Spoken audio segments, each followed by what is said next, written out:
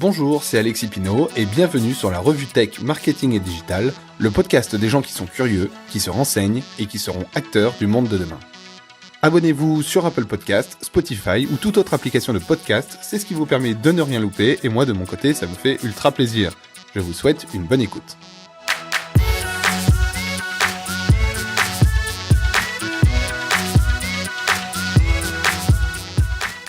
Bonjour à tous, on se retrouve aujourd'hui pour parler de Facebook et principalement des problèmes de Facebook. Alors pourquoi j'ai eu l'idée de faire ce podcast aujourd'hui? Tout simplement parce que il y a eu la conférence annuelle de Facebook, la F8 de Facebook, et il y a pas mal de nouveautés assez sympathiques. Je pense que ça va être un podcast assez court, on verra, mais voilà, en tout cas, j'avais besoin d'en parler avec vous, j'avais envie d'en parler avec vous et puis vous donner un petit peu mon avis sur tout ça.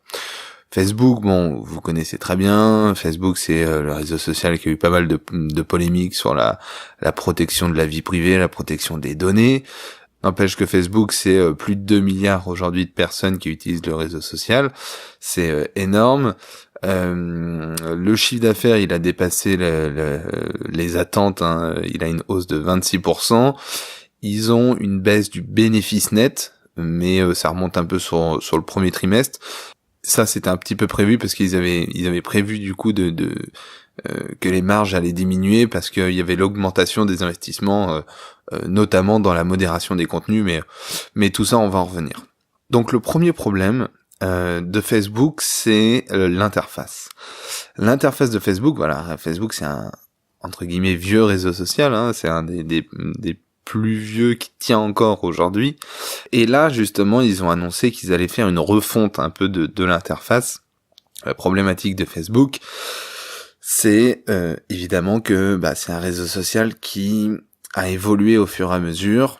Et comme toutes les plateformes, que ce soit un réseau social ou non, si demain vous avez un site qui propose des services et que tout simplement vous rajoutez des fonctionnalités, au fur et à mesure ça va faire un peu bricolage, quoi. Vous allez rajouter des fonctionnalités sur des fonctionnalités, etc.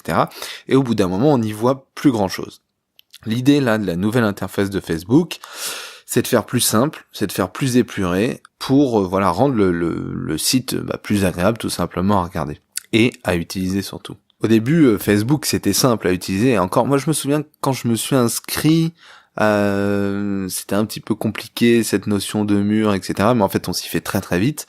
Et puis après les fonctionnalités arrivent au fur et à mesure. Sauf qu'aujourd'hui Facebook, s'ils veulent récupérer une audience qui n'y est pas encore, alors que ce soit les jeunes qui arrivent sur Facebook, ou que ce soit les personnes peut-être un peu plus âgées mais qui se sont jamais mises, ça peut être très très compliqué d'arriver sur Facebook et de rien comprendre. Donc l'idée, ça va être de tout simplifier, de séparer bien ce qui est notification, ce qui est la marketplace de Facebook, parce que ça voilà, c'est quelque chose, la marketplace de Facebook, on n'utilise pas beaucoup, on sait à peine que ça existe, alors que pourtant c'est bien là et il y a un gros potentiel là-dessus. Il va y avoir les groupes Facebook, on va en parler, mais qui vont être vraiment mis en avant, les pages, les vidéos, tout ça, c'est des axes sur lesquels ils ont envie de se développer, et du coup ça va être beaucoup mieux organisé pour qu'on puisse retrouver ces pages, ces événements, ces groupes Facebook, etc.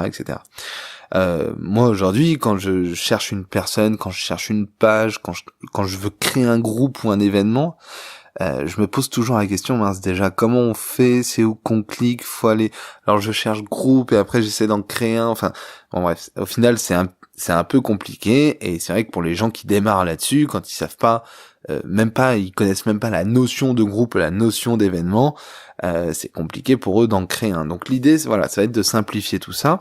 Et puis dans la même idée, hein, ils vont refondre un peu Messenger aussi de Facebook et notamment ils vont sortir une application alors sur Mac et sur Windows. Moi je trouve ça très bien parce qu'on rentre de plus en plus dans l'utilisation d'iPad, etc. Et du coup on va être de plus en plus habitué à utiliser des applications plutôt que des sites ou autres. Donc je trouve ça bien aussi que sur le desktop, ils sortent des applications. Moi personnellement, j'en utilise de plus en plus, que ce soit WhatsApp, etc. J'ai beaucoup plus d'applications qu'avant sur mon Mac. et j'essaye d'aller un petit peu moins sur Internet parce que souvent les applications sont mieux optimisées, sont plus simples, je trouve que c'est plus agréable à utiliser au quotidien. Donc pour moi, l'interface est un premier problème chez Facebook, c'est un problème actuel, mais du coup qu'ils sont en train de résoudre, et je trouve ça très bien. Alors j'ai hâte de voir la nouvelle, la voir, on peut déjà la voir sur Internet, mais j'ai hâte de l'utiliser pour voir vraiment la simplicité de la chose, et de toute façon ils vont très vite s'en rendre compte, c'est-à-dire que si ça c'est changé pour tout le monde d'un coup, ils vont très vite voir si tout simplement on arrive si on arrive tout de suite à l'utiliser. Si on arrive tout de suite à l'utiliser, c'est que l'interface est bonne, ou en tout cas au bout de, on va dire, 10 minutes d'adaptation, on est censé pouvoir l'utiliser. Et l'idée c'est que les nouveaux arrivants sur Facebook, ça soit aussi plus simple pour eux. Le deuxième problème, qui est vraiment pour le coup un très très gros problème, c'est la vie privée, la protection de la vie privée, la protection des données personnelles. On en a parlé un petit peu tout à l'heure. Avant, l'entreprise, ils avaient un slogan, c'était faire du monde un lieu plus ouvert et plus connecté. Voilà, ça c'était la promesse de Facebook. Et là, Mark Zuckerberg, quand il a présenté en fait le futur de Facebook, derrière lui, en gros, il y avait marqué « Le futur est privé ». C'est en fait quelque chose qui montre que Facebook veut de plus en plus que ça devienne un réseau social fermé, privé, ou en tout cas qui donne l'impression de l'être. Je vais citer exactement les mots qu'a donné Mark Zuckerberg. D'ailleurs, il s'est fait un petit peu charrier par rapport à la blague qu'il a fait, mais vous allez voir. Il a dit « Je comprends très bien que beaucoup de gens se demandent si nous sommes sérieux ». Donc là, c'est quand il parle de son virage vers la vie privée, parce que notamment, il a eu beaucoup de problématiques avec ça. Il dit « Nous n'avons pas la meilleure réputation sur le sujet en ce moment ».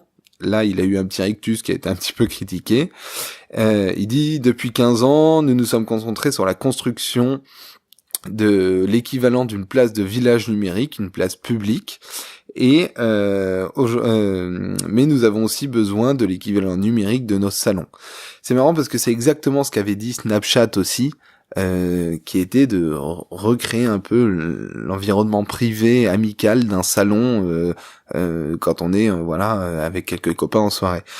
Donc là, Facebook, alors je sais pas si c'est dans la volonté de copier encore Instagram ou si ils ont compris que les besoins des utilisateurs avaient changé, mais tout simplement, il y a une volonté de faire quelque chose de plus privé, de plus intime, et aussi, ce qui veut dire que c'est pas uniquement dans l'utilisation, dans le fait de faire des groupes, etc. On va en parler des groupes, mais c'est surtout dans la protection de la vie privée, dans la protection des données, dans ce qu'on partage, etc. La philosophie là qu'ils veulent instruire, la nouvelle philosophie, on va dire, de protection de la vie privée, c'est pas seulement une philosophie, on va dire, politique, hein, c'est aussi, et surtout d'ailleurs, c'est une compréhension des utilisateurs d'aujourd'hui. Ils se rendent compte, de par les applications qui sortent et de par l'utilisation que les gens ont de Facebook, que en fait l'utilisation c'est plutôt à titre privé, à titre perso. De toute façon, sur Facebook, une page de profil personnel, dedans il y a profil personnel, mais c'est surtout on ne vient pas, on partage pas du contenu sur une page perso pour devenir célèbre. Ça peut être éventuellement quelque chose qu'on peut faire sur YouTube, sur Instagram ou autre, mais sur Facebook, soit on crée une page d'entreprise ou une page de personnalité publique, etc. Dans ce cas, l'idée, éventuellement, c'est de partager son contenu, d'être vu, etc. Mais une page de profil privé, c'est vraiment privé, et de plus en plus, en tout cas moi, mon utilisation, elle est de plus en plus réservée à mes amis. C'est pour ça que je partage plus grand chose. J'échange beaucoup par contre par Messenger, et je pense qu'ils se sont rendus compte de ça, et donc c'est bien, et ils vont orienter ça, vers une plateforme beaucoup plus intime, beaucoup plus privée. Alors, au début, quand j'ai entendu cette nouvelle, je me suis dit, est-ce que le problème de Facebook, c'est vraiment ça, c'est vraiment être privé, etc. Parce que aujourd'hui, c'est l'heure de TikTok, où on poste une vidéo et puis on peut faire beaucoup de vues tout de suite. Donc je me suis dit, est-ce que c'est ça vraiment le problème de Facebook? Et en fait, oui, parce que en y réfléchissant un petit peu, on s'inscrit pas sur TikTok ou sur YouTube ou sur Instagram, comme je disais tout à l'heure, de la même façon qu'on s'inscrit sur Facebook. L'idée de Facebook, c'est d'avoir des amis, d'avoir un compte avec ses amis. L'idée de YouTube, moi, je sais pas si mes amis sont abonnés à ma chaîne YouTube, par exemple. D'ailleurs, allez vous abonner si c'est pas fait, parce que je raconte aussi des choses qui, j'espère, sont pas trop inintéressantes sur YouTube. Mais voilà. Donc, à chaque réseau social, un peu son utilité, et je trouve que l'utilité de Facebook, c'est notamment je trouve que l'image du salon est très bien, hein, c'est de partager avec ses amis, etc., comme si on était dans un salon, et c'est très bien qu'ils fassent ça aujourd'hui, qu'ils prennent conscience de ça et qu'ils s'orientent vers ça. Donc, ce qui va changer concrètement sur la vie privée, c'est que va y avoir des chiffrements de bout en bout quand on va échanger des messages, etc., un peu comme sur Telegram, hein, où logiquement, on peut pas décrypter les messages si on n'est pas vraiment le destinataire. Ils ont émis aussi l'idée de faire une suppression des messages automatiques au bout d'un certain temps, etc. Donc l'idée, voilà, c'est de rendre un truc un peu plus privé, un peu plus personnel. Et puis il y a toute cette dimension aussi, je pense, c'est ça qui les fait changer là-dessus, c'est toute cette dimension qu'ils veulent attaquer sur l'amour, parce qu'ils vont sortir évidemment Facebook Dating, qui va permettre de faire des rencontres, de rencontrer de nouvelles personnes. Ça va fonctionner un peu comme Tinder, sauf que eux ils ont des données énormes, Facebook, là-dessus. Et puis aussi il va y avoir Secret Crush, qui va être en fait l'idée, ça va être de sélectionner au maximum 9 personnes dans sa liste d'amis qu'on aime bien et qu'on aimerait peut-être aimer un petit peu plus. Et si c'est réciproque, alors ça nous met entre guillemets en contact en disant bah voilà, vous deux vous êtes dit que vous vous aimez bien, quoi. Et du coup, comme Facebook s'oriente là-dessus, pour le coup, c'est un domaine qui est très personnel, très délicat, pour une entreprise qui a fait un peu des polémiques sur la vie privée et la protection des données. Et donc, je pense que c'est aussi pour ça, pour amener les utilisateurs vers ça, c'est aussi pour ça qu'ils font très attention à l'avenir du réseau social en général, pour renvoyer une bonne image, et du coup, pour pouvoir amener délicatement les utilisateurs sur ça. Troisième, problème, là pour le coup c'est pas vraiment un gros problème, mais c'est notamment sur tout ce qui est pages et groupes Facebook. Alors le problème, on va dire que c'est que avant les pages c'était vraiment le truc de fou, quoi. Sur Facebook on pouvait faire des pages et avoir des milliers d'abonnés, etc. Et aujourd'hui c'est les pages, clairement le reach est tellement nul sur les pages que si vous voulez émerger, il faut pas faire une page Facebook. Voilà, ça marche plus. Si vous voulez émerger avec une page, il faut payer, en fait. Voilà, donc ça c'était une première déception. Mais par contre, là où Facebook est très bon, c'est qu'il a compris justement cet effet de communauté, de salon, de regroupement de personnes. Et donc il en avait déjà parlé l'année dernière, d'avoir envie de travailler sur les groupes. Mais ça va être de plus en plus mis en avant, de plus en plus. Vraiment, si vous voulez créer une communauté aujourd'hui, faites un groupe Facebook, référencez-le un petit peu bien. Dites-moi par message si ça vous intéresse, éventuellement que je vous fasse une vidéo sur comment référencer un groupe Facebook, parce que c'est assez intéressant. Toutes les petites techniques qui peuvent être mises en avant, etc. J'ai fait quelques tests qui ont été plutôt concluants et je suis assez content. Et là, Facebook, ils ont réitéré leur envie de mettre les groupes Facebook en avant. Ils ont notamment dit nous voulons rendre les communautés aussi centrales que les amis. Donc c'est pour eux, voilà, il y a deux choses, c'est les amis qui sont invités dans ton salon et les communautés, un peu comme ce qu'on retrouve au travail ou autre, quoi. L'idée, c'est d'accompagner tout le monde tout le temps, dans chacun moment de sa vie, et je trouve ça très très bien. Va y avoir aussi la recommandation de groupe qui va être beaucoup plus mis en avant, donc vous allez avoir des groupes en fonction de vos centres d'intérêt, etc., qui vont vous être recommandés, et ils vont aussi beaucoup se concentrer sur les groupes qui diffusent de la désinformation, parce que le problème de Facebook, c'est aussi qu'il y a des groupes qui sont assez néfastes, de gens qui se partagent des choses entre eux, qui sont pas forcément vraies, et qui se montrent le bourrichon, si je peux dire, et qui du coup porte préjudice, alors que ce soit aux gens qui les suivent ou que ce soit carrément à Facebook, parce qu'ils vont avoir cette problématique sur les fake news. D'ailleurs, c'est le quatrième point. le quatrième problème de Facebook, c'est les fake news. Clairement, c'est une problématique qui est pas que à Facebook, hein. Quand on voit des vidéos d'attentats qui sont diffusées en direct sur Facebook, etc., ça fait des polémiques terribles, etc.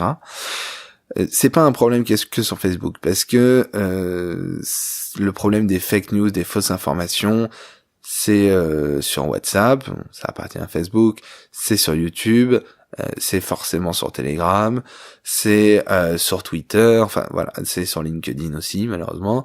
Ça, c'est un problème global des réseaux sociaux. Mais pour le coup, Facebook, c'est là où évidemment il y a le plus d'utilisateurs, donc il y a le plus de trucs qui sont partagés. Mais après, bon alors, il y a des choses comme les lives par exemple qui sont très compliquées à contrôler, mais il y a des choses aussi qui se mettent en place, et ça, je trouve ça hyper bien. Je vais vous raconter une petite histoire. Moi, l'autre jour, j'ai partagé une vidéo. Alors, je sais pas si je partage pas grand-chose, hein, mais là, j'avais vu une vidéo d'un mec qui essayait de faire brûler une poutre de 300 ans avec un chalumeau, et qui expliquait que Notre-Dame ne pouvait pas brûler alors qu'un chalumeau ne démarrait pas une poutre, etc. Alors, pour les gens qui réfléchissent un tout petit peu, on se dit, bah évidemment, c'est pas du tout la même chose qui s'est passé entre mettre un chalumeau et puis l'incendie de Notre-Dame. Enfin, ça a rien à voir. Enfin bref, j'ai pas envie de polémiquer là-dessus, mais tout ça pour dire que j'avais partagé cette vidéo en mettant un commentaire du style mais il y a vraiment des gens qui croient ce genre de bêtises, etc.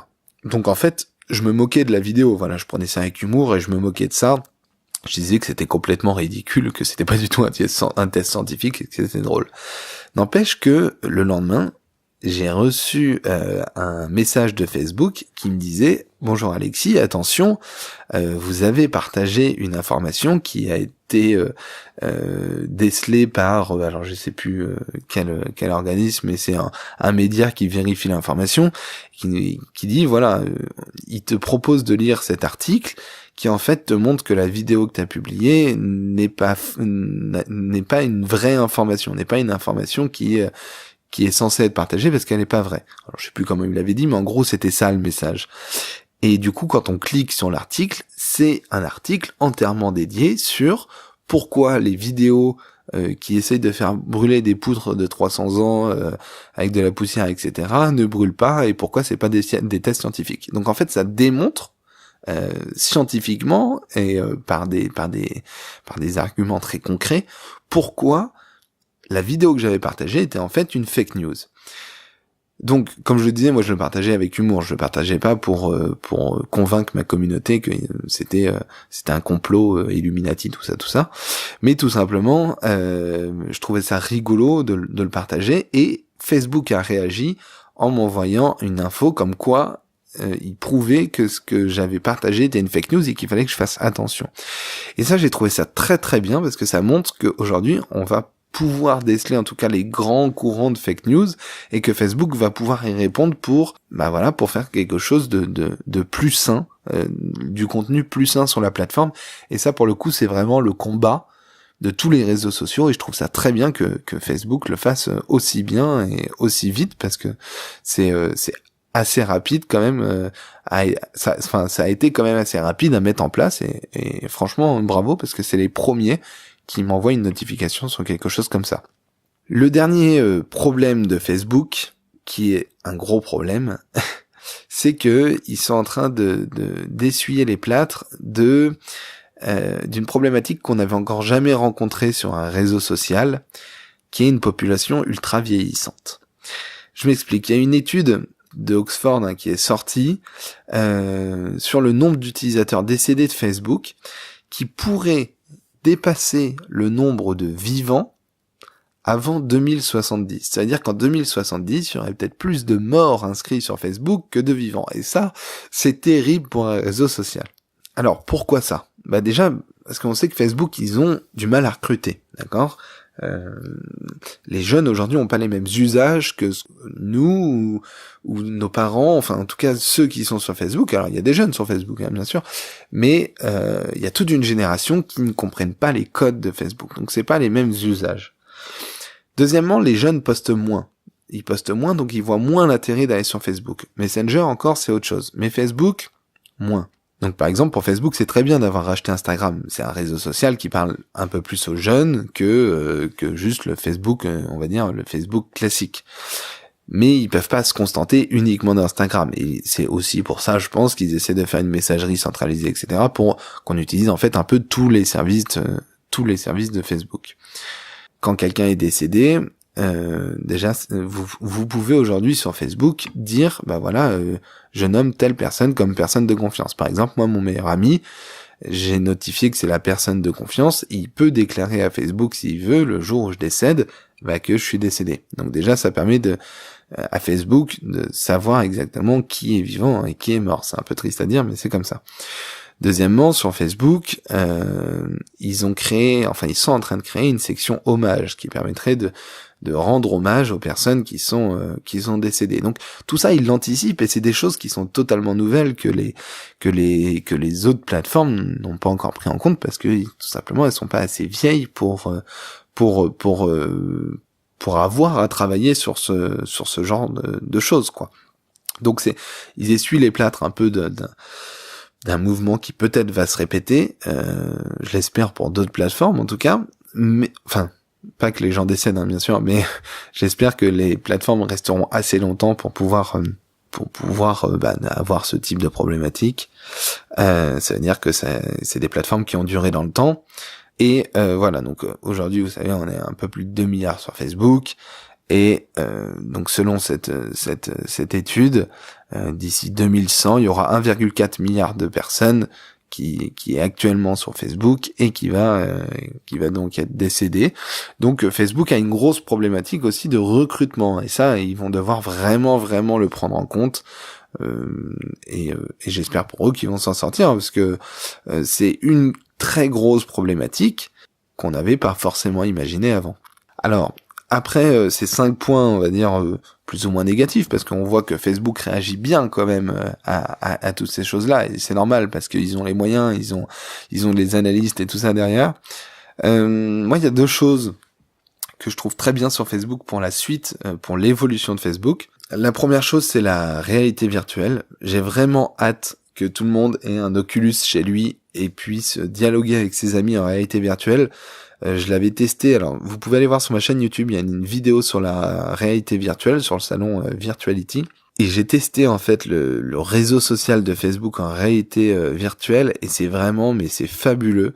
Et j'espère que bientôt je pourrai jouer avec mes amis aux cartes ou autre comme ça, grâce à la réalité virtuelle de Facebook. Est-ce que c'est vraiment quelque chose d'hyper intéressant? Franchement, vous pouvez critiquer ou penser que c'est pas bien, etc., mais ça permettrait de faire des réunions aux 4 coins du monde autour de la même table, enfin en tout cas en ayant l'impression d'être autour de la même table. C'est vraiment des choses qui sont très très sympas, et j'espère que ça va arriver rapidement.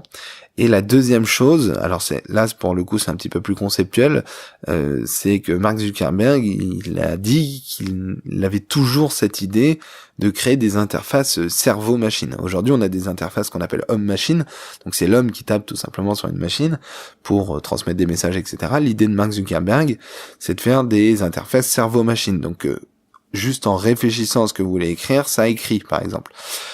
Ça, c'est des choses qui sont pour moi le futur, et voilà. Et je pense que ça va être des choses hyper intéressantes. Mais comme je le disais, c'est un petit peu plus conceptuel, donc on verra plus tard. Voilà, c'était un podcast peut-être un petit peu court, mais j'espère que ça vous a plu. J'espère que ça vous a donné une bonne vision de l'avenir de Facebook et puis des problématiques qu'il rencontre. En tout cas, moi, ça m'a fait très plaisir de le faire. Je vous remercie beaucoup d'avoir écouté jusqu'au bout. Je vous invite à vous abonner, à laisser un avis si ça vous intéresse. Et je vous dis merci et je vous dis à très bientôt. Salut.